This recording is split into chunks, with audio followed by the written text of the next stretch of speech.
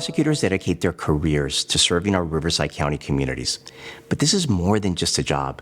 For many of us, it's a passion project in which we are personally and emotionally invested. In this video series, we sit down with deputy district attorneys to discuss the journeys that led them to become prosecutors. In simplest terms, their origin stories. Today, we're joined by Deputy District Attorney Jessica Roundy, a member of the Sexual Assault Child Abuse Unit. Jessica, thank you for joining us. Thank you for having me. I want to begin by asking you, what age was it that you decided, I want to be a lawyer? Before I was 5, I wanted to be like a singer and a dancer. That did not go far. And I think sometime after that, so middle 5 to 10, somewhere around there. Did you know you wanted to be a prosecutor specifically? Yes, wholeheartedly. Why a prosecutor? So from my childhood, it was a bit of a rough upbringing. We moved a lot. We had a bit of a tumultuous household, different issues in the family. And it really made me feel like fighting for others is the best way to serve our time on this earth. I think our whole job is to fight for what's right, to make sure that people are held accountable, to make sure to fight for justice. Being able to say every day that that's what you go in and you do is an amazing feeling. Where did you go to college? I went to Cal State Fullerton for undergrad, and then I went to Chapman for law school. So by the time you got to law school, still knew you wanted to be a prosecutor? Yes. By the time I hit my junior year, I was serving tables at night, trying to make ends meet, and I thought to myself, oh my gosh, law school is quite expensive. I need to make sure that I could do this job, and it was the right job for me. So I went out and I joined my moot court team at Cal State Fullerton, and at first, I was awful in the courtroom. I was shaking like a leaf. I blushed, which I still do. I spoke way too fast. But about 30 seconds into the argument, you realize this is it. This is the best way to spend your time. And I fell in love with it. One of the judges was an adjunct professor there, and he was a DA. And I realized one day that I needed to get an internship with the DA's office to make sure that the day-to-day work of a DA fit me, or I fit it. And so I walked right out. Somebody was talking to a PD, actually, about an internship. And I was like, oh, my God, light bulb. That's what I got to do. And so I walked right out, walked down the hall, up to this professor, in front of my coaches, and I asked him for a job. And he turned me down. Is that right? Yes. I thought you were about to tell me that was your first internship. Almost. Well, so he was like, oh, college students can't do much. You need training. We usually hire law students. I was like, oh, no, you need a bottom feeder. I'll be that bottom feeder. I just want to learn. And then he gave me the job. So I worked for him for about a year. He was a gang DA down in OC. And then I knew it. I wholeheartedly felt it. This is where I'm meant to be.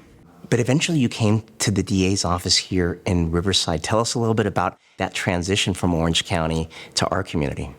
So during my, first year at Chapman, someone had mentioned our externship program, that our summer program is so good. So I applied, and I ended up getting a first-year externship, and I came back my second summer, and then I came back for post-bar, and now I've been here ever since. I want to talk a little bit about the summer of your second year.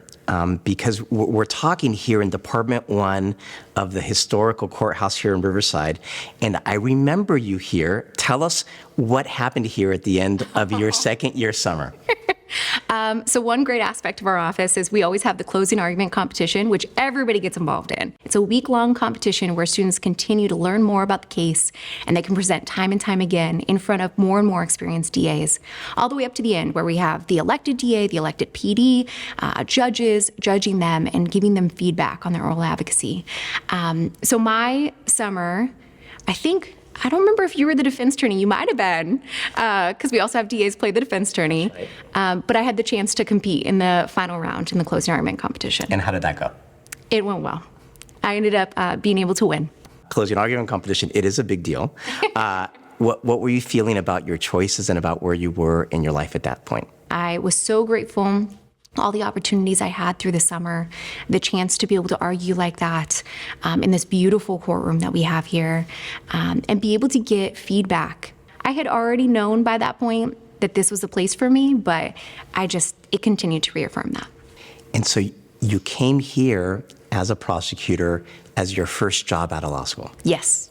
Wanting to be a gang prosecutor and prosecute crimes of violence out in the community. So we're talking about shootings and the sort of things that a lot of us imagine criminal street gangs doing. But you've taken a turn, and now we're specializing in a different area of prosecution. Tell us kind of what was the spark that led you in that direction?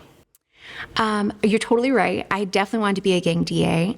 And then I had the chance to prosecute a couple of misdemeanor sexual assault or neglect cases, physical abuse cases. Against children. Against children, yeah. I saw the different way that you can help someone, and I realized that that was what I was meant to do, that's where I was meant to be. And so now I've had the chance to be in SACA for our sexual assault and child abuse unit for about half my time as a DA, about a little over 4 years.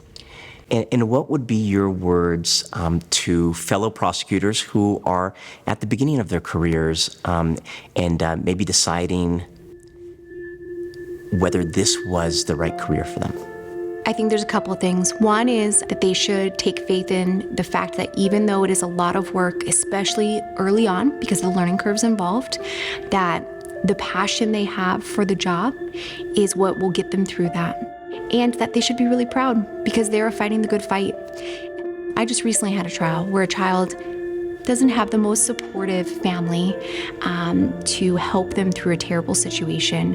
And I sat there and I talked with her, who's now a 17-year-old, gonna go into the Air Force, gonna do amazing things, and wants to build a great life. And I got the chance to talk to her about what you see around you does not define you.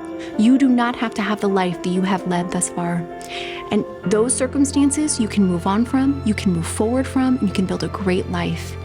And those are the moments that just keep reaffirming it. You know, when you get up and you argue to a jury about finding the truth and fighting for justice, and even when I talk to victims and families about that, I don't think that it's just some kind of phrasing to throw out there that sounds nice. I think that is truly what our job is about. And being able to rest your head each day and know that that's what you're fighting for makes it that much easier to get up and go to work the next day.